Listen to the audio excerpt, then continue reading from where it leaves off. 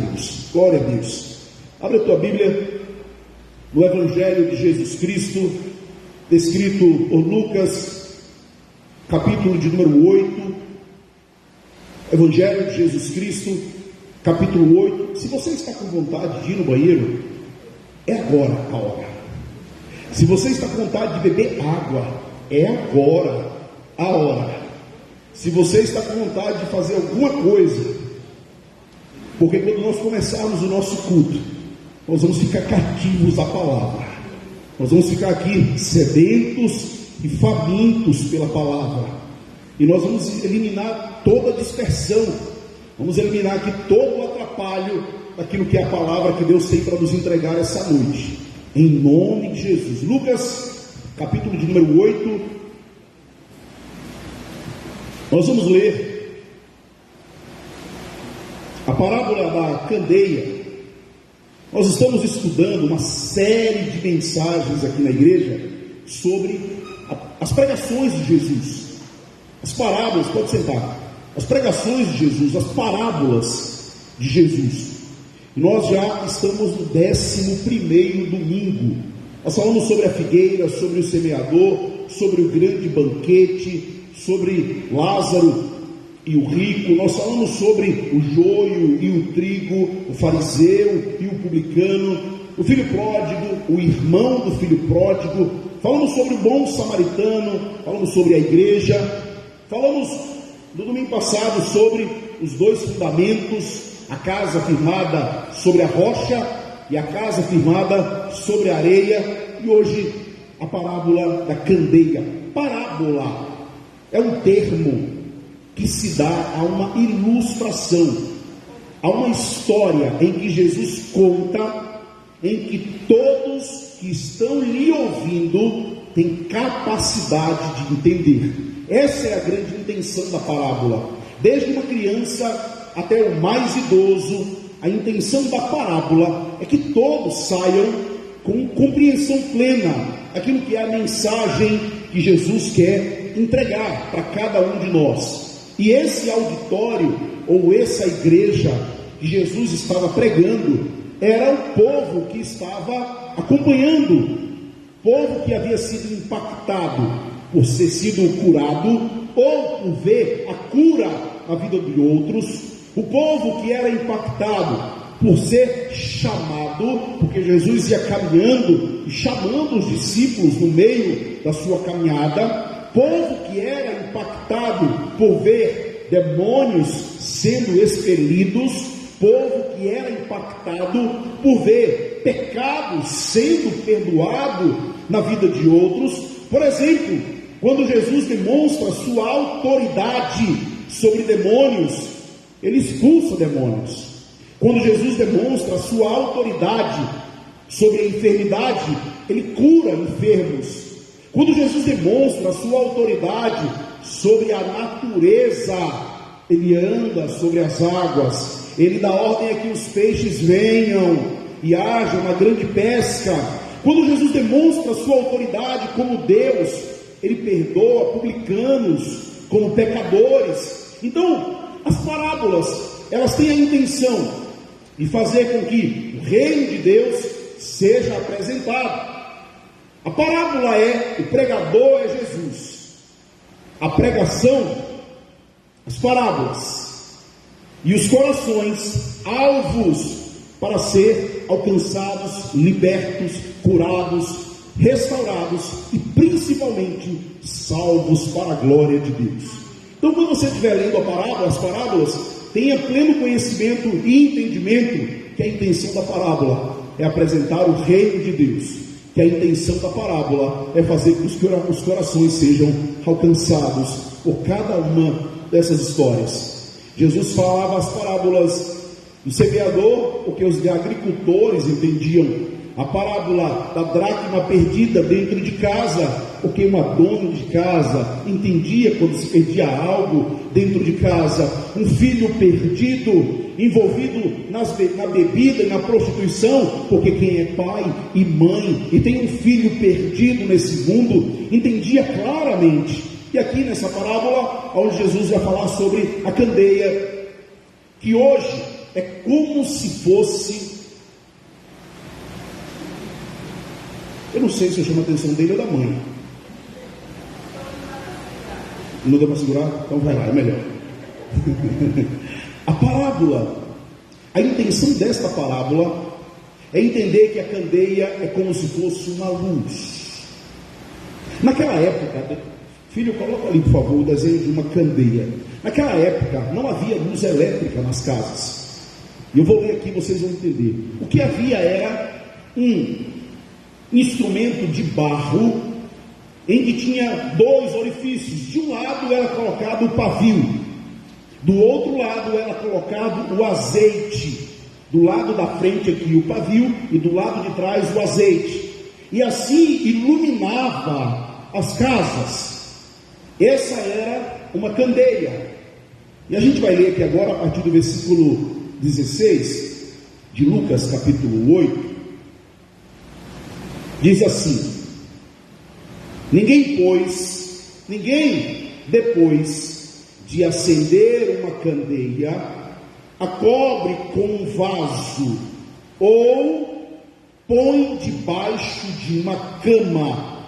Ao contrário, coloca-se sobre um velador, a fim de que os que entram vejam a luz. Nada há oculto que não haja de manifestar-se, nem escondido que não venha a ser conhecido e revelado. Vede, pois, como ouvis, porque ao que tiver se lhe dará, e ao que não tiver, até aquilo que julga ter lhe será tirado. Até aqui, essa parábola ela está nos outros dois evangelhos, em Marcos no capítulo 4, em Mateus também no capítulo 5. O autor desse texto é Lucas. Lucas não é apóstolo, como muitas pessoas acham. Lucas é discípulo de Cristo. Lucas, que é médico, é um dos discípulos de Cristo, que não é apóstolo.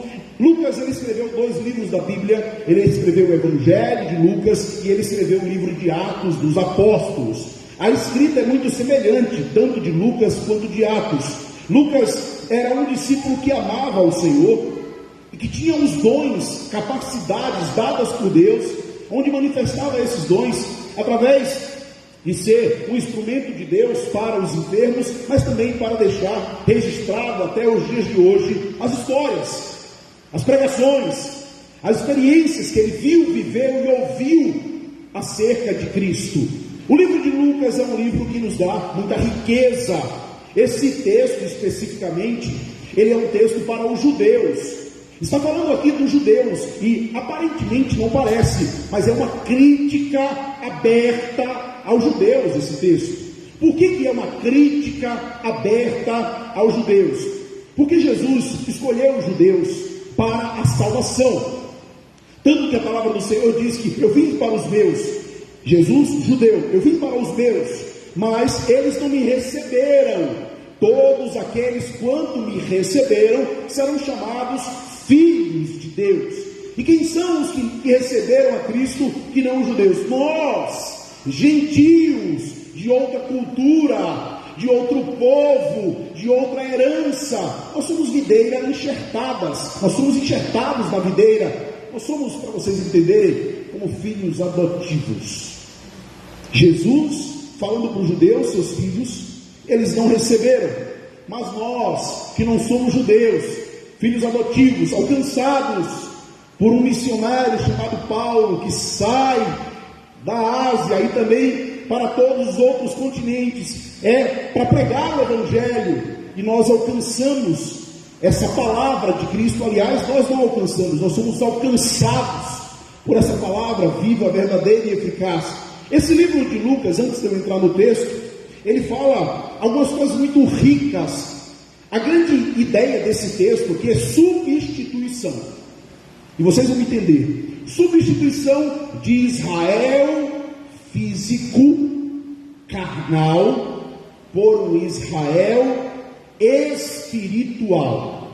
E Cristo, o mediador entre os pecadores e Deus, vai fazer essa substituição, essa oferta de substituição pelo nosso pecado.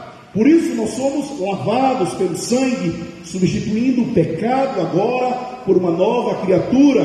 Por isso nós somos justificados pelo sacrifício de Cristo. Estamos num processo de santificação, sendo preparados para um dia morar na eternidade, que a Bíblia e a teologia chama de glorificação. Então nós somos justificados pelo sangue, regenerados pelo sacrifício de Cristo na cruz do Calvário. Estamos no processo em tirar de nós aquilo que não agrada a Deus e acrescentar em nós aquilo que ainda nos falta, para que um dia estejamos todos preparados para viver na eternidade do gozo e do prazer eterno. As riquezas desse livro, onde Jesus é o mediador. As riquezas desse livro é que Jesus tem autoridade para curar, Jesus tem autoridade para trazer a existência, Jesus tem autoridade contra as obras das trevas, Jesus tem autoridade para salvar, Jesus tem autoridade sobre o sábado, onde há um contexto. Ontem eu fui comprar pilha para o controle do portão da minha casa, que não estava funcionando aqui. Fui ali comprar pilha com meu filho, com meu sogro, e aí eu cheguei em casa, a pilha não funcionou. Eu voltei, deixei meu sogro e meu filho em casa e voltei. E era perto de meio-dia, 12h55. Eu estava, vou confessar aqui, irmão, eu estava com uma fome, irmão. Aquele jejum que a gente fez, né? Eu estava com uma fome. 11h55, Jesus, entreguei esse jejum a ti, Senhor, mas eu preciso comer alguma coisa. E aí tinha umas 3, 4 pessoas colocando ali a pilha, aliás, era um chaveiro, né? Então fazendo chave, e eu falei assim pro rapaz: eu vou aqui, eu quero trocar essa pilha, mas eu quero testar, trouxe o controle, eu vou aqui e já volto. Ele falou: vai aonde? Eu falei: vou aqui, Chicão, e já volto. Chicão, do lanche. Cheguei em Chicão, o Chicão estava fechado ontem. Pensei, Chicão está aguardando o sábado agora, virou adventista, não é possível. Chicão nunca fechou no sábado. Fui para a padaria, como a gente combinou aqui domingo passado, pedi ao pessoal para usar o banheiro. Não pode, eu preciso. Fui no banheiro da padaria, me ajoelhei, consagrei meu jejum, entreguei o altar do Senhor, preciso de um lanche. Comprei ali o lanche e voltei para a pilha, né? Para que eu pudesse trocar aquela pilha. Eu estou contando isso para vocês porque nesse texto que eu estava lendo, Jesus é o Senhor do sábado. E eu lembrei que Chicão, vou perguntar segunda-feira se ele virou adventista, porque ele fechou no sábado. Jesus é Senhor do sábado. O sábado representa um dos mandamentos, que é: trabalharás 6 dias e o 7º dia entregarás ao Senhor. Não de forma literal, o sábado da semana, mas nós trabalhamos a semana inteira. Um dia é do Senhor. E tem gente que trabalha no domingo. Às vezes o dia dele de sábado não pode ser o domingo, vai ser um outro dia da semana. Às vezes o sábado, minha mãe trabalhava no restaurante, ela trabalhou por 30 anos no restaurante. O sábado da minha mãe era segunda-feira, porque era o dia que ela folgava. Você que trabalha a semana inteira e pode estar aqui no domingo, irmão, não negocia isso. Deus te deu 6 dias para você trabalhar. Um dia é para você estar em descanso e em adoração ao Senhor. Jesus é o Senhor de todas as coisas. Até chegar nessa parábola de Jesus falando sobre a candeia, a ideia era trazer uma crítica voltando aos judeus. Por quê? Jesus vai dizer que os judeus, eles eram pessoas que andavam o mundo inteiro para ganhar um único homem chamado prosélito. E o prosélito é aquele que acha que está no caminho certo, mas está perdido. Ele está perdido 2 vezes, condenado ao inferno. E eu não posso me isentar agora e explicar o que é um prosélito. Prosélito é aquele que acha que está fazendo a coisa certa. Prosélito é aquele que acha que ir à igreja ao domingo é suficiente para que ele possa ter uma vida de dizer: sou salvo. Prosélito eram os judeus que andavam o mundo inteiro para alcançar um, mas aquele que foi alcançado está condenado ao inferno 2 vezes, porque ele está firmado numa falsa doutrina, e ele está buscando um outro Deus que não é o Deus verdadeiro, ele está trocando o sacrifício por bênçãos, nada diferente do que a gente vê nos dias de hoje. Mas voltando para o capítulo 8, versículo 16, mantenha a tua Bíblia aberta. Ninguém, depois de acender uma candeia, a cobre com um vaso e põe debaixo da cama. Pelo contrário, coloca-se sobre um velador, a fim de que os que entram vejam a luz. Então vamos lá, vamos entender aqui um pouco dessa ideia do versículo 16. Qual é a função da candeia? Iluminar a casa. Qual é a função da lâmpada? Iluminar a casa. Então existem algumas coisas que são incoerentes. Há uma incoerência. Por exemplo, não sei se vocês já viram, eu brinco, né? Às vezes eu vejo algum tipo de roupa que eu digo, aquela roupa tem pilha. A pessoa botou pilha naquela roupa, porque ela brilha tanto. Eu não usaria uma roupa daquela. Alguém já viu isso ou só eu? Alguém já viu alguma cor de carro que você diz assim, eu jamais compraria um carro daquela cor? Mas há quem compre, há quem goste daquela roupa, há coisas que fogem de um padrão, e há quem siga isso que foge de um padrão. O padrão da luz é brilhar, o padrão da luz é dar clareza, e só há um interessado em que a luz não dê clareza. Eu estou falando aqui a luz de Cristo. Só há um reino interessado que essa luz não seja acesa, que ela não brilhe. E esse reino que é interessado que essa luz não brilhe é o reino das trevas. Existe o reino da luz, existe o reino das trevas. O reino das trevas é um reino onde a imoralidade impera. Então deixa eu fazer aqui um link com esse texto, para que você me compreenda, e que essa palavra ela penetre, não apenas a mente, mas os corações. Ninguém, depois de acender uma candeia, cobre-a com um vaso ou põe debaixo de uma cama. E aqui eu vou fazer uma ilustração. Ninguém que é servo de Deus vive nas trevas. Ninguém que ama ao Senhor tem a sua vida maculada por uma imoralidade. Ninguém que ama a Deus acha normal alguma coisa que foge ao padrão, não de uma regra humana, não de uma doutrina humana, não de um dogma humano, mas das Sagradas Escrituras, como o nosso livro de fé e prática. Existe um contexto em que nós somos criados por um Deus, portanto nós somos criaturas desse Deus, e Deus nos criou com uma função. A maior função de todos os homens e mulheres, a maior missão, aliás, esse livro é um livro de missão. A maior missão de um servo de Deus é glorificar ao Senhor com a sua vida. Fala comigo, glorificar o Senhor com a minha vida. Essa é a função da criatura diante de um Criador. E todas as vezes que eu quebro um padrão que esse Senhor estabeleceu, eu não estou mais glorificando nem o Criador e nem o seu reino.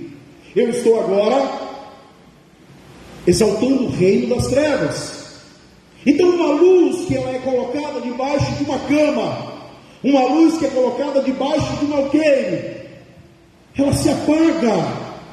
E a função da luz não é apagar, é brilhar. E aí talvez você diga assim, então tá bom pastor, a teologia da prosperidade, nós temos que brilhar. Não, Cristo tem que brilhar em nós. Irmãos, hoje pela manhã Rafael estava trazendo uma mensagem aqui, e ele disse uma coisa muito profunda. Ele disse assim: quando nós andarmos nas ruas, as pessoas têm que achar alguma diferença na nossa vida, tem que ser diferente. Aliás, se não há diferença na nossa vida, tem alguma coisa estranha, tem alguma coisa errada. O normal é que quando a gente ande por esse mundo caído, é que as pessoas digam, ou pelo menos percebam, ela é diferente. Ele é diferente. Mesmo que eles não conheçam o reino de Deus, eles vão dizer assim: tem alguma coisa diferente nessa mulher, tem alguma coisa diferente nesse jovem, tem alguma coisa diferente nesse menino, nessa menina, nesse homem, porque nós carregamos esse óleo que é o Espírito Santo dentro de nós, e esse brilho não é um brilho físico, ele é a manifestação de Deus em tudo que nós formos realizar. No nosso casamento, Deus precisa brilhar dentro da criação dos nossos filhos, Deus precisa brilhar como nós tratamos as pessoas, Deus precisa acender e brilhar. Esse é o normal, não é nada extraordinário. Nós somos criados para a glória de Deus. Nós somos criados para a glória de Deus. Nós não fomos criados para a imoralidade. Nós não fomos criados para uma intelectualidade fria e distante de Deus. Há um caminho perigoso, que é o conhecimento científico e humano. Não que o conhecimento seja perigoso, mas é um caminho perigoso do conhecimento ou da intelectualidade, que me torna conhecedor de uma verdade, mas distante da prática desta verdade. É como se eu tivesse um conhecimento tão valioso, mas eu não coloco ele em prática porque não faz sentido para mim. Eu não coloco ele em prática porque eu não acredito que ele é verdade. É interessante, e eu falei isso no domingo passado, a palavra do Senhor fala que quem crê será salvo. Não é quem conhecer será salvo. Eu conheço a Bíblia, eu conheço as Escrituras, porque Tiago diz que crê, até os demônios creem e estremecem. Porque quando eu creio em Deus, eu sei quem Deus é, e por saber quem Deus é, ou eu me rendo a Ele, ou eu me rebelo diante dele. E o conhecimento, a intelectualidade, ela pode me afastar, porque pode no meu coração entrar arrogância, soberba, prepotência, autossuficiência. Você já viu pessoas que qualquer assunto que você fala, ela diz: eu conheço isso, eu sei disso aqui, eu me lembro que eu fui viajar a trabalho uma vez com uma equipe, inclusive para outro país. E tinha uma engenheira no grupo que qualquer assunto que surgisse, ela dizia: eu sei isso, eu conheço isso, eu tenho experiência nisso. No final da viagem, ela virou motivo de chacota, porque ela sabia de tudo, ela conhecia tudo, ela já tinha experiência em tudo, e todos chamavam ela de arrogante, de soberba, nas costas dela. Porque o conhecimento frio, humano e distante de Deus, ele provoca essa soberba, essa arrogância, essa prepotência.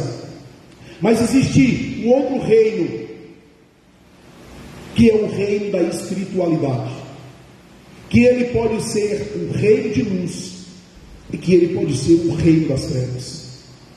O normal, o natural, é que a gente glorifique a Deus em tudo que a gente faça. Esse é o normal, irmãos. Esse não é o anormal, esse é o normal. O normal é que nós sejamos fiéis ao Senhor e à sua palavra. O normal é que a gente seja honesto. Hoje pela manhã uma senhora chegou para mim, antes de começar o culto, e me fez uma pergunta interessante. Ela disse assim: pastor, eu vi que no envelope de vocês não tem local para colocar o nome. No envelope, que envelope, irmão? Eu falei: envelope da oferta. Eu percebi que no envelope não tem um local para a gente colocar o valor do dízimo. Eu queria um envelope de dízimo, pastor. Eu queria um envelope para eu colocar o meu nome. E eu fui assim para aquela senhora com todo o amor, e com todo o carinho, e com toda a destreza de palavras para não feri-la. Eu disse assim: irmã, aqui nessa igreja, a gente não sabe quanto ninguém dizima, e se dizimar. Aí ela falou assim: como assim não sabe? Eu falei: aqui nessa igreja há dois caminhos perigosos, irmã, se a gente souber quanto cada um dizima, e se a pessoa dizima ou não. Ela falou: quais são os caminhos? Eu falei: o primeiro caminho é o diabo encher o seu coração. Ela falou: o meu? Eu falei: o seu. E o segundo caminho é o diabo encher o meu coração. Ela falou: o seu, pastor? Eu falei: o meu. O do seu? Ela falou: qual do meu? A senhora se achar infeliz por ter pouco, ou feliz por contribuir muito. Esse é um caminho perigoso. E ela falou: entendi, para que eu não possa me tornar arrogante e cheia de direito. Eu falei: isso é o caminho do diabo, isso é o caminho do reino das trevas. Ela falou: tudo bem, pastor, entendi, mas e o seu erro? Como é que o diabo poderia encher o seu coração? Aí eu falei para ela assim: por tratar as pessoas diferente, por quanto elas entregam ou por quanto elas não entregam. Então o diabo não vai achar lugar no meu coração nesse caminho de forma nenhuma, porque se a senhora chegar com um envelope vazio e colocar aqui, ou chegar com um envelope aqui com 50 mil reais, para mim é igual, porque eu não sei quem coloca ou quanto coloca. Aí ela chegou muito inteligente, a senhora, ela falou: então pode ser que mais de metade da igreja não dizime. E eu falei: mas são elas e Deus. Só o Senhor é capaz de sondar os corações. Só o Senhor é capaz de esquadrinhar o coração das pessoas. Aí ela falou assim: tudo bem, pastor, eu entendi. É porque eu venho de um lugar onde as pessoas ficam inadimplentes por não dizimar. Eu falei: aqui não tem SPC.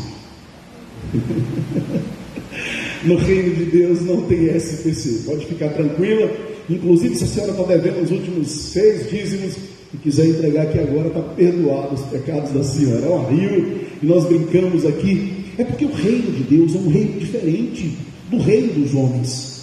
O normal é agir com integridade diante de Deus, diante dos homens. O normal é ser fiel ao marido e à esposa por toda a sua vida. O normal é que o casamento não é um test drive para ver se dá certo. O normal é que o casamento é para a vida inteira. O normal não é ir à igreja quando eu tenho tempo. O normal é adorar o Senhor na beleza da sua santidade todos os dias. E no domingo eu venho agradecer por tudo que Ele fez e faz na minha vida. O normal não é negociar ou fazer barganha com Deus. O normal é que essa luz brilhe diante dos homens e diante de Deus, de tal forma que o reino das trevas diga: ela é filha de Deus, não posso tocar nela.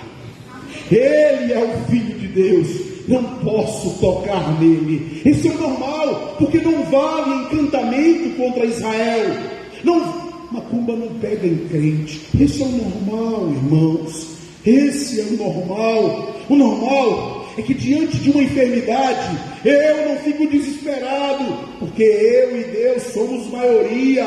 O normal diante de uma crise financeira é que todo deserto na vida de um servo de Deus tem dia e hora para acabar, porque mal que perdura não vem de Deus. O normal é que todo medo, angústia, ansiedade saiam da minha vida e da tua vida, porque nós somos do reino da luz. Nós não somos do reino das trevas. Não é normal. Eu amo a Deus, eu amo a sua obra, mas eu lhe sirvo apenas na minha conveniência. Isso não é normal. Eu gosto sempre de fazer paralelos com relação à igreja e à nossa vida profissional. Eu atuo no âmbito profissional. Eu tenho um negócio. Deus me deu graça. Deus me deu ousadia. Deus me deu uma ideia. Deus me deu entendimento. E eu montei um negócio há 3 anos atrás. E Deus vem abrindo portas e me dando graça por conta desse negócio. E eu todos os dias trabalho nesse negócio. Eu acordo, levo meus filhos para a escola, e vou para o trabalho. E trabalho de forma séria, comprometida. Mas o negócio não é seu, é meu. Aliás, não é meu, é do Senhor. Ele só me deu para tomar conta. Mas eu trabalho de forma séria. Eu tenho hora para começar, e como diz minha filha, não tenho hora para parar, né, papai? Deveria ter. Mas trabalho de forma íntegra, de forma séria, de forma diligente. Porque a palavra do Senhor fala que tudo que nós fizermos, faça como quem faz para o Senhor. Quando eu estou gripado, eu não falto no trabalho. Eu vou assim mesmo. Quando eu estou indisposto, eu não falto no trabalho. Eu vou lá assim mesmo. Quando eu estou cansado, eu não fico em casa descansando. Eu vou assim mesmo. Só eu ou vocês? Quem também age dessa forma, dá um amém aí.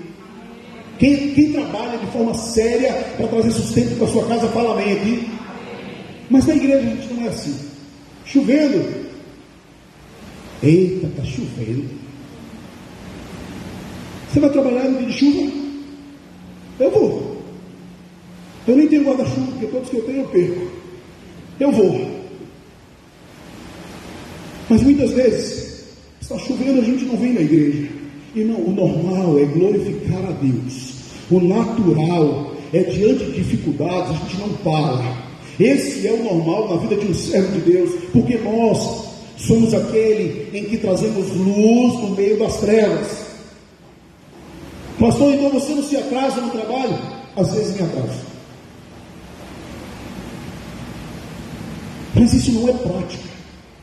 Isso não é rotina. Pastor, você está doente e vai trabalhar mesmo doente? Às vezes não. Às vezes tem doença que leva a gente para a cama. E às vezes tem doença que leva a gente para o hospital. Mas se ela não me deixar na cama e ela não me deixar no hospital, eu vou trabalhar. Porque gosta? Talvez. Mas porque tem 2 meninos, uma mulher, um cachorro, um carro financiado e um monte de credor na minha porta. Eu tenho conta para pagar. Quem tem conta para pagar, fala amém. Amém. A gente vai trabalhar. Mas por que quando a gente vai servir a Deus, a gente coloca tantos obstáculos? Eu tenho repetido aqui na igreja de forma constante. Eu não sei quantos de vocês já foram numa audiência. Eu já fui como preposto, eu já fui como autor, graças a Deus nunca fui como réu. E eu já fui várias vezes à audiência. Todas as vezes que você entra numa audiência, o juiz tem autoridade naquela sala. Você não entra de bermuda e chinelo naquela sala, porque não é permitido. Você não fica com o teu celular naquela sala, trocando mensagens de WhatsApp, porque não é permitido. O teu telefone ou você desliga, ou coloca ele no modo avião, e você não fica conversando, nem com o advogado naquela sala, porque não é permitido. Você só pode falar quando o juiz lhe perguntar algo. E eu já presenciei várias vezes, quando, como preposto de empresas que eu trabalhei, alguém ia falar, doutor, ele falava assim, só fala na hora que eu pedir. Dava para vontade de dizer assim, mas a gente vem para a casa do Senhor, a gente troca o WhatsApp, a gente vem para a casa do Senhor, a gente responde um direct no Instagram que alguém mandou para a gente. A gente vem para a casa do Senhor, a gente não se ajoelha, porque a gente não está diante do Senhor, a gente acha que está aqui para assistir um culto, e como se isso aqui fosse um cinema, um teatro. Nós não estamos aqui para assistir um culto, e aqui não há um homem, aqui há um Deus todo-poderoso, a quem prestamos conta, não apenas no dia do juízo, mas todos os dias. Isso não é pesar, isso não é dor, isso é prazer. Irmão, se eu venho na igreja e não há reverência na igreja, dos dois ou o irmão é negligente, ou o pastor é negligente, ou os dois são negligentes. O normal é que uma luz, a candeia, brilhe. Esse é o normal, o natural. Nós somos criados para a glória de Deus, nós somos criados para exaltar o nome de Deus. Nós não fomos criados para ser pedra de tropeço e atrapalhar a vida de ninguém. Nós não fomos criados para ser escândalo e vergonha do Evangelho. Romanos no capítulo 1, Paulo diz assim, eu não me envergonho do Evangelho, porque ele é o poder de Deus. Aqui entre nós, muitas pessoas têm sido a vergonha do Evangelho. Você já ouviu essa frase? Ser crente como fulano, prefiro não ser. Isso é a vergonha do Evangelho. Isso não é o normal. Isso não é o natural. Paul Yanshu, que morreu no ano passado, o pastor da maior igreja do mundo. Os pastores do mundo inteiro visitam ele e perguntavam a ele: o que você faz para essa igreja crescer tanto? A resposta dele é muito simples. Eles diziam assim: todos os homens e mulheres que trabalham acordam muito cedo para trabalhar. Nós aqui acordamos muito cedo para orar. Aí todos perguntavam: mas que estratégia? O que você faz de diferente? E ele repetia: todos os homens de negócio, mulheres de trabalho acordam muito cedo para trabalhar. Nós acordamos muito cedo para orar e pedir a quem pode. Há uma história muito engraçada, que o telefone da sua secretária tocou, e do outro lado da linha era o presidente da Coreia, e disse para aquela secretária: diga ao seu pastor Paul Yanshu que é o presidente que quer falar com ele agora. E ela, muito instruída e muito sábia, disse: ele agora está falando com alguém maior que o senhor. E o presidente disse: quem? Ela disse: o rei dos reis, o Senhor dos senhores. Ele agora está na sala dele, de joelhos, orando. E ele disse: não me atrapalhe, porque eu estou falando com o rei dos reis, com o Senhor dos senhores. É normal.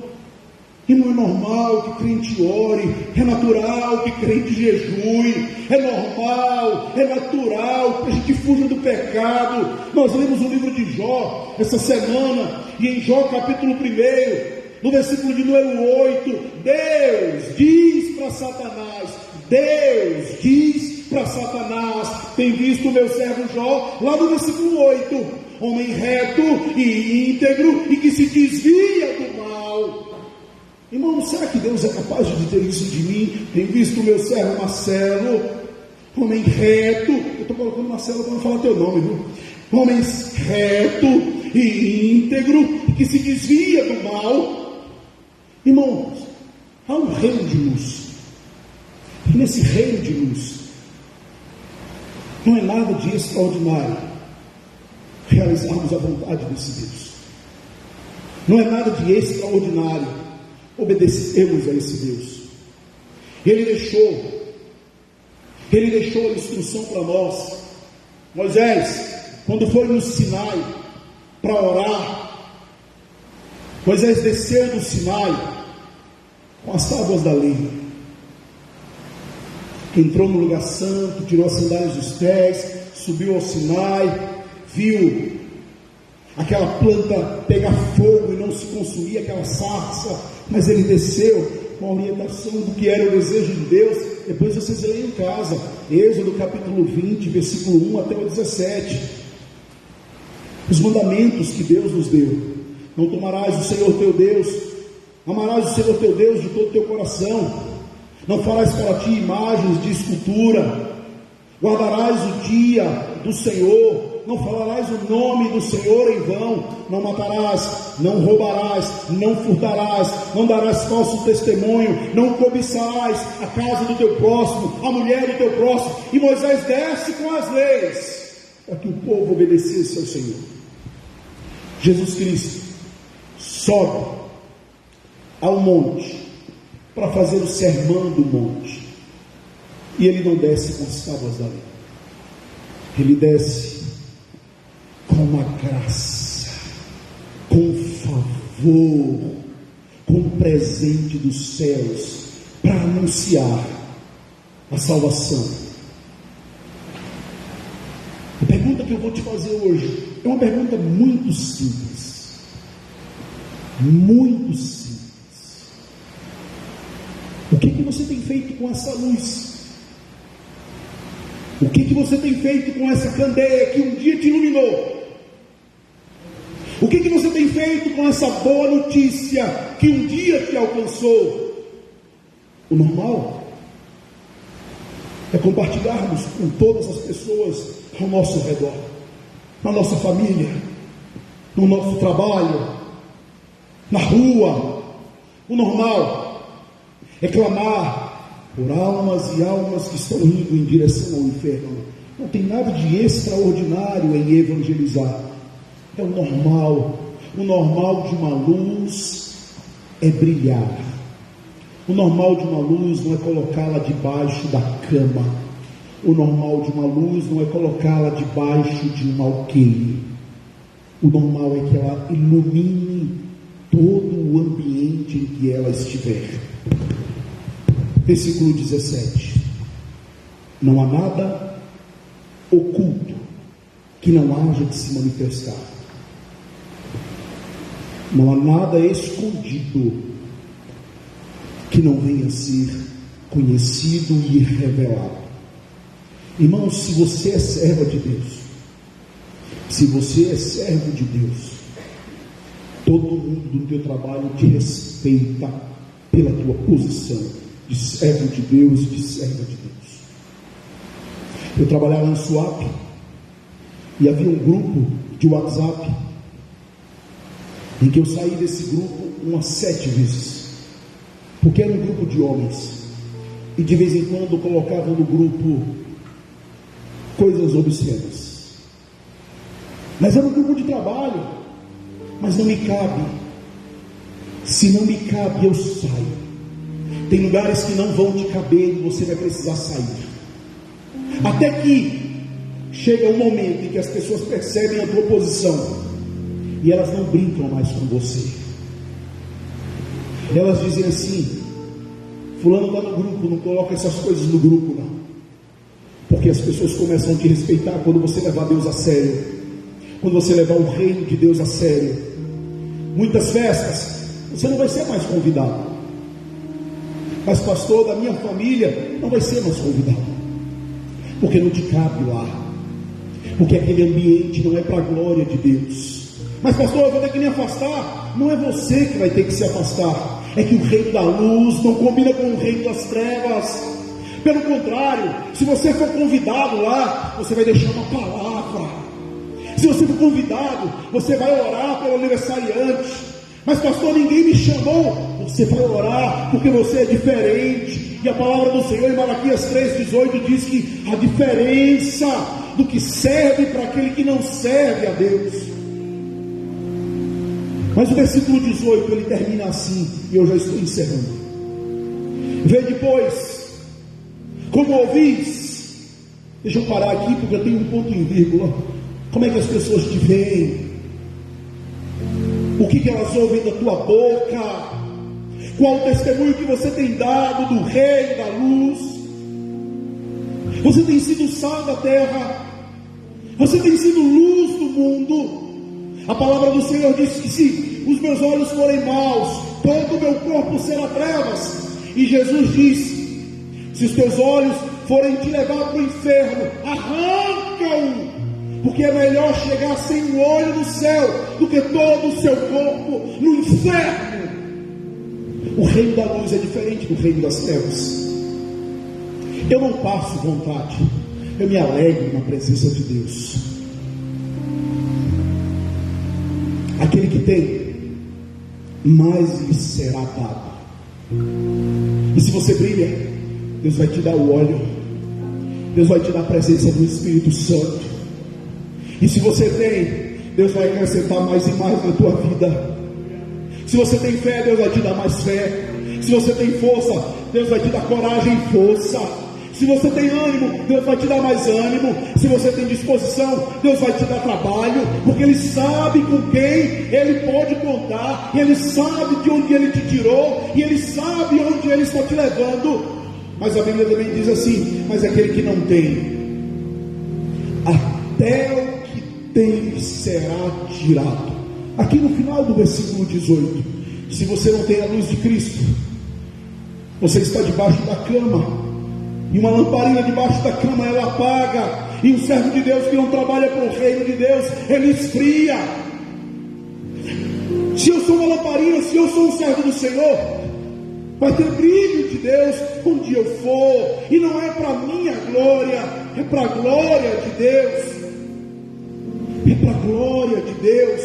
Mas pastor, e se eu tiver vergonha, e se eu for muito tímido, e se eu for uma pessoa introvertida? Irmãos, ou eu creio que Deus transforma, ou eu creio que Deus transforma, ou eu creio que Deus liberta, ou eu creio que Deus liberta. Mas eu estou preso no vício. Ou eu creio que Deus restaura, ou eu creio que Deus restaura. Mas a minha experiência de vida inteira foi no reino das trevas. Mas Ele te tirou do reino das trevas e Ele te trouxe para o reino da luz. Ele tirou os teus pés da lama e do lamaçal, e Ele firmou os teus pés sobre a rocha, e um novo tempo do Senhor começou na tua vida.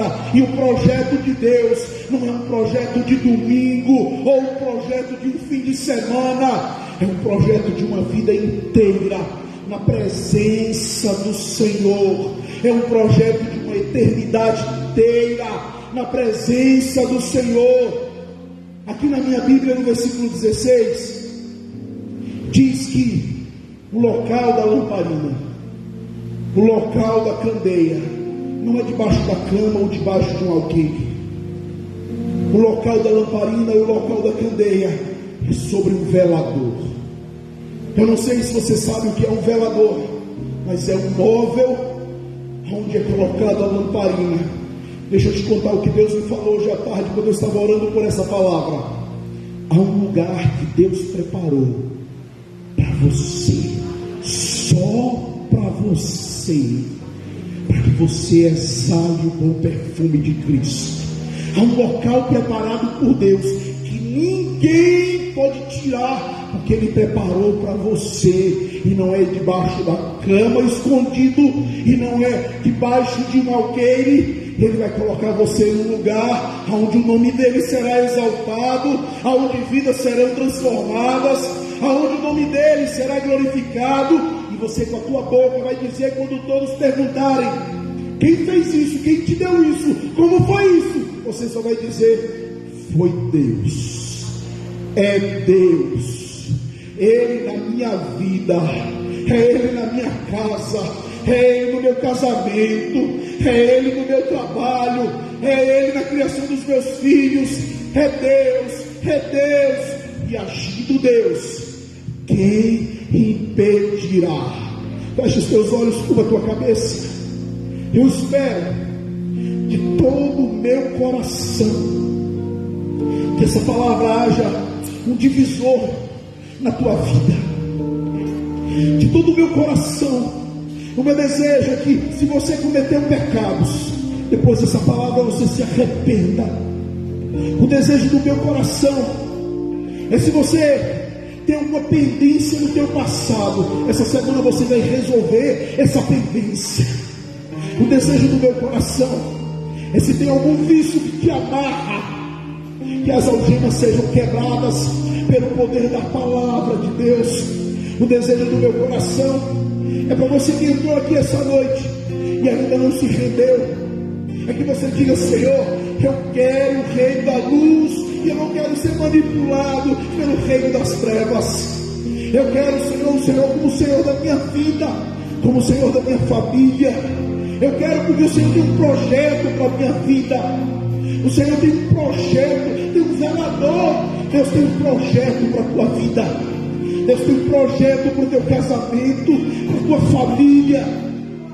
Deus tem um projeto para a criação dos teus filhos. E não há império das trevas que vai atrapalhar esse projeto de Deus na tua casa. Deus quer te levantar como sal da terra, como luz do mundo. Deus quer mudar a tua história. Deus quer mudar a tua história, a tua rota. Deus quer te dar um tempo novo. Deus quer começar um tempo novo na tua vida. E esse tempo começa hoje. Hoje é o dia de você dizer: as coisas velhas se passaram e tudo se faz novo na minha vida. Hoje é o dia de você dizer: eu recebo, Pai, essa palavra no meu coração, e haverá transformação em todas as áreas da minha vida, na minha vida profissional, na minha vida financeira, na minha saúde, no meu trabalho, no meu ministério. Eu sou luz de Cristo, eu sou sal da terra, e tem um velador que Deus preparou para me colocar, e ali eu vou exaltar o nome de Deus, e as trevas serão dissipadas, ali algemas cairão, ali pecados serão perdoados, ali o nome de Deus será exaltado. Com os teus olhos fechados, adore ao Senhor.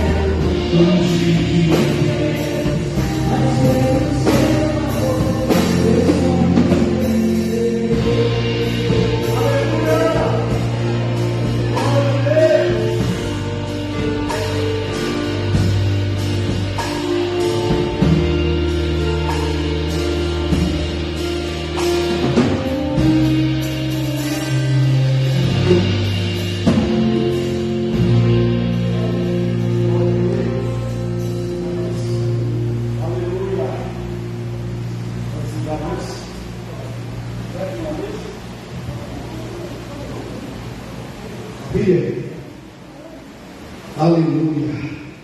Glória a Deus. Glória a Deus. Quantos foram abençoados aqui essa noite? Amém. Aleluia. Ninguém, depois de acender uma candeia, coloca debaixo da mesa ou debaixo de uma alquimia.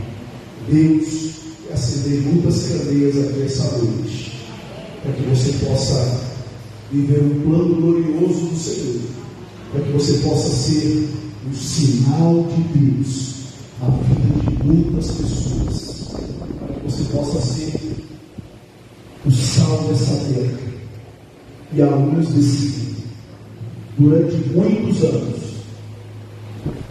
muitas pessoas tomaram lugares que Deus preparou para servos dele. Durante muitos e muitos anos, as pessoas de destaque desse país têm sido filhos das trevas, mas tem um velador para cada servo de Deus. Eu sei que Deus tem um chamado para cada homem dele e para cada mulher dele. Se você não tomar a tua posição, os príncipes das trevas vão tomar o lugar que Deus preparou para você. Então, quando Deus disse a Josué, seja forte, seja corajoso, porque eu farei você entrar na terra, sob o juramento que prometi dar aos teus pais. Então, somente seja forte e corajoso. Medita no livro dessa lei, de dia e de noite, e eu farei você entrar na terra, sob o juramento que prometi dar aos teus pais. Ou você ora, ou você peca. Ou você lê as Escrituras, ou você peca. E se você não quer viver mais em pecado, renda-se ao Senhor. O Senhor Jesus, na noite que foi traído, tomou o pão, tendo dado graça. O Senhor Jesus, na noite que foi traído, tomou o pão, tendo dado graças ao partido e disse: este é o meu corpo partido por vós. Fazei isso em memória de mim. Depois de ter ceado, tomou o cálice e disse: este é o cálice da nova aliança. Todos aqueles que creem no Senhor, é Senhor e Salvador da sua vida, você está convidado a participar desse banquete. A única coisa que te impede de tomar o pão e beber do cálice é se você ainda não se rendeu ao Senhor. Mas se hoje, aí mesmo no teu lugar, você dissesse: Senhor, eu me rendo a ti, a minha vida é tua a partir de hoje, não há nada que te impeça de participar dessa mesa do Senhor. Ah, mas eu não sou dessa igreja. Não impede isso. Ah, mas eu ainda não fui batizado. Aonde está a Bíblia? Precisa ser batizado para tomar a Santa Ceia. Pastor, mas eu estou em pecado. Então se arrependa. A palavra do Senhor diz que examine-se, pois, o homem a si mesmo. Depois coma do pão e beba do cálice. Estar em pecado não é desculpa para não participar da Santa Ceia. Você deveria dizer assim: eu me arrependo, eu nunca mais vou praticar isso de novo. E aí você está preparado para participar da Santa Ceia do Senhor. E se você tem alguma pendência, por exemplo, eu tenho um relacionamento sexual e eu não me casei, não tome juízo para si, conserte a tua vida, se case e depois venha tomar a Santa Ceia do Senhor. Pastor, como eu disse no domingo passado, hoje pela manhã, eu ouvi um testemunho tão lindo de um homem. Ele estava com ele há anos, daí ele se entregou ao Senhor e ele teve a vida alcançada pela graça. Ele chegou em casa e disse assim para a mulher dele: a partir de hoje nós não vamos mais ter relação enquanto eu não me consertar, porque Deus falou comigo hoje. Então, se você é luz, você vai ter o desejo de se render ao Senhor, você vai ter o desejo de descer as águas do batismo.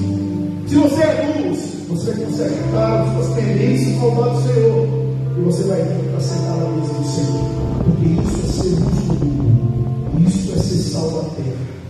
Não fique carregando meses e anos, pendências que você pode resolver. Pastor, eu tenho uma intriga com alguém na minha família. Vai lá, se reconcilia e vem sentar na mesa do Senhor. Pastor, eu estou com meu nome sujo. Vai negociar essa dívida, vai fazer uma proposta lá, vai ganhar R$50 por mês. Se corrige, se organiza e vem servir ao Senhor, porque Deus deseja usar a tua vida. O inimigo das nossas almas, ele lança assim nos nossos ouvidos: eu ainda não estou preparado para servir a Deus, eu ainda não estou preparado para me batizar, eu ainda não estou preparado para participar da Santa Ceia. Eu vou te fazer uma pergunta: você estava preparado para casar quando você casou? Mas mesmo assim você casou, não foi? Você estava preparado para ser mãe? Dona Nina, estava nada. Mas Deus prepara. Você estava preparado para o teu primeiro emprego? Mas você foi, não foi? Foi, cara. Porque algumas coisas a gente quer tratar com diligência, com cuidado, mas as coisas de Deus a gente, eu prefiro não fazer de qualquer jeito. Não, irmão, não é para fazer de qualquer jeito, é tomar uma posição, porque a palavra de Deus fala aqui: quem crê e for batizado será salvo. Uma vez o pastor disse assim, no começo da minha caminhada: quem crê e for batizado será salvo. Terminou tudo, irmão, de noite. Eu cheguei no pastor e falei: batismo é que horas? Porque eu creio, eu quero ser salvo. Ele falou: é amanhã o batismo, é amanhã. Por que você veio empurrar a barriga? Porque, mas eu não sei se eu estou preparado. Talvez Jesus volte hoje para você. Não corrija a tua vida no altar do Senhor. Reconcilie com o Senhor. Tire todas as pendências da tua vida em nome de Jesus. E aí você pode comer o pão e beber o cálice. Consagrado está esse pão no altar do Senhor, e consagrado está esse cálice no altar do Senhor. Se você já é servo de Deus, é servo de Deus, e não tem pendências com o Senhor, pode estar conosco hoje, comer o pão e beber o cálice. Vamos ser.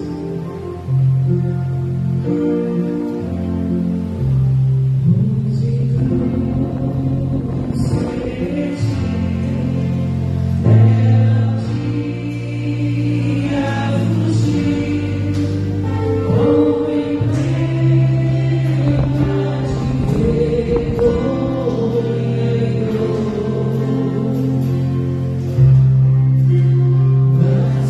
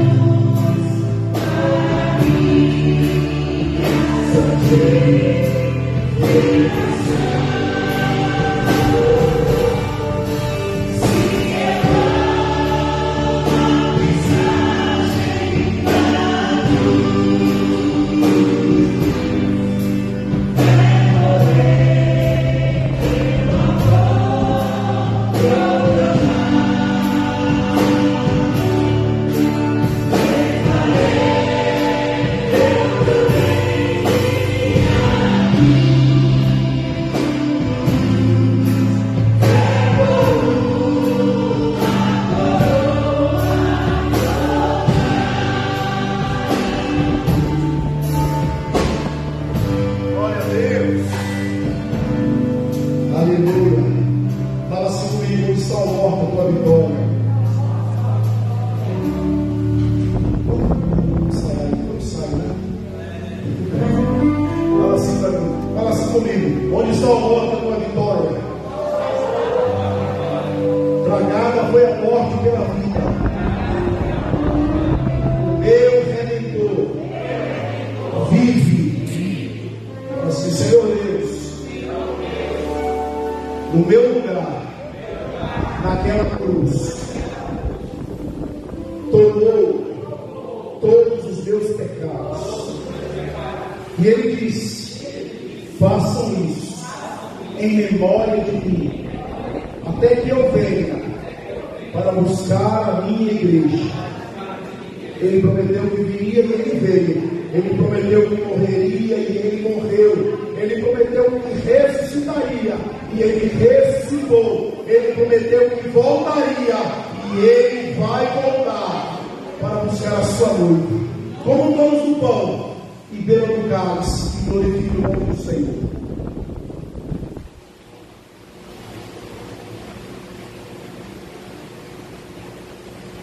Glória a Deus!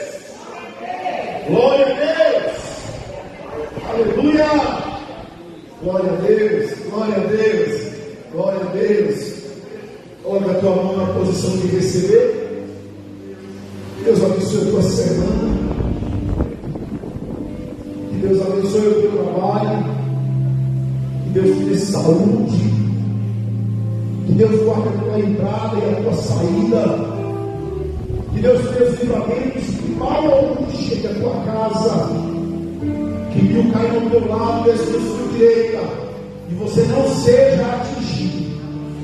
Porque aquele que começou a boa obra é fiel e justo para completar até o dia de Cristo Jesus.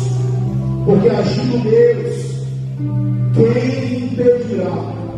Deus não é um homem que minta, nem filho do homem para que se arrependa. Tendo Deus prometido, Ele cumprirá. E Ele é poderoso para te dar e fazer na tua vida infinitas vezes mais, e tudo aquilo que você tem pedido, pensado ou imaginado, porque o Senhor é o teu pastor e nada te faltará. E não se canse de fazer o bem, porque no devido tempo você vai colher, se você não desanimar. E não se canse de fazer o bem, porque no devido tempo você vai colher, se você não desanimar. Como servo do Senhor, eu te peço, Pai, uma semana de livramentos, uma semana de portas abertas, uma semana de restauração na família, uma semana de milagres na casa dos meus irmãos e na minha casa.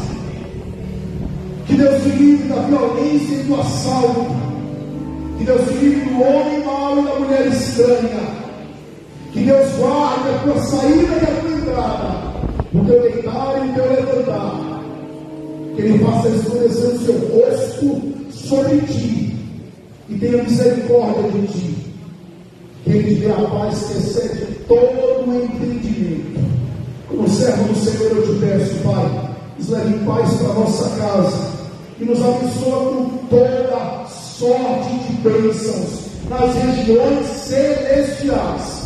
Como servos do Senhor, nós te pedimos, nos abençoa, em nome do Pai, de Deus Pai, em nome do Filho, do Deus Filho, em nome do Espírito, do Deus Espírito Santo. Deus te abençoe em nome do Pai, do Filho e do Espírito Santo de Deus. Toda a igreja diz amém, amém e amém. Glória a Deus. Terça-feira, nosso culto de oração. Glória a Deus. Terça-feira, nosso culto de oração. Nós vamos ter aqui na terça-feira o pastor Jorge vai trazer uma palavra de Deus para a nossa vida. Vai ser uma grande bênção do Senhor. Terça-feira, 19 horas, esteja aqui. Se você puder, não estiver trabalhando, esteja aqui. Vai ser uma grande bênção do Senhor para a tua vida, em nome de Jesus. E no próximo domingo, se você puder, traga 1 quilo de alimento para abençoar uma família que está passando um tempo de deserto. Em nome de Jesus, vá em paz e que Deus